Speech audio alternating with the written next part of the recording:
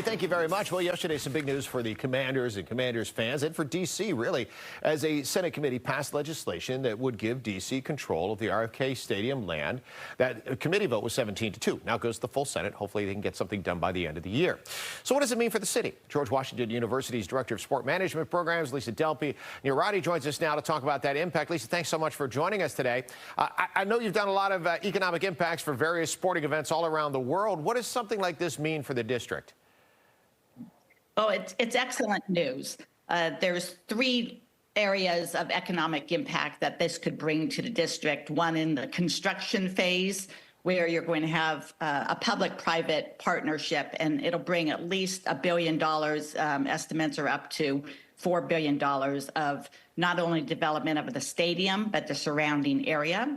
And then the operation phase, where you're bringing in visitors from Maryland, Virginia, who don't typically pay tax, but they'll be bringing their entertainment dollars to the district, and people from around the world, actually, who come in to watch NFL games.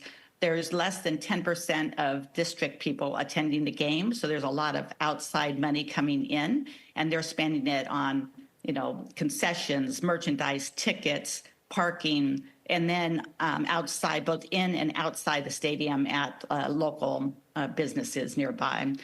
And then the third part is intangible. It's all of the, images, media impressions around the world that shows the beauty of our nation's capital. And that's been missing for a while. So, and then the community pride and the just opportunity to say it's the nation's capital football team once again. I know the name has always been there, but bringing it back to the district is where it belongs. It's always interesting, Lisa, when you have a major investment like this, and obviously you detailed, in great detail there, the potential impact you could have financially, but you got to put out some money as well to get things started. So is a stadium typically something where the city would see that return in investment? Would it be a profitable venture in the long run?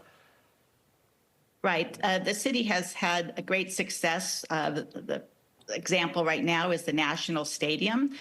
They've been paying it off ahead of time. In fact, the bond rating went up in 2001, meaning that it was a very stable investment.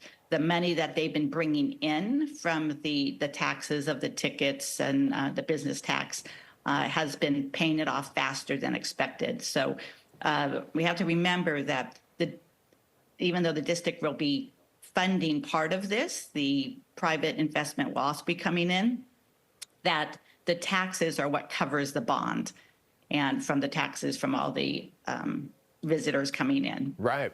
A lot to get into, obviously, as this process moves forward, and we will find out more when we get that full Senate vote, again, hopefully before the end of the year. Lisa, thanks very much for joining us from George Washington University this morning. Hope to chat with you again sometime soon. Marissa?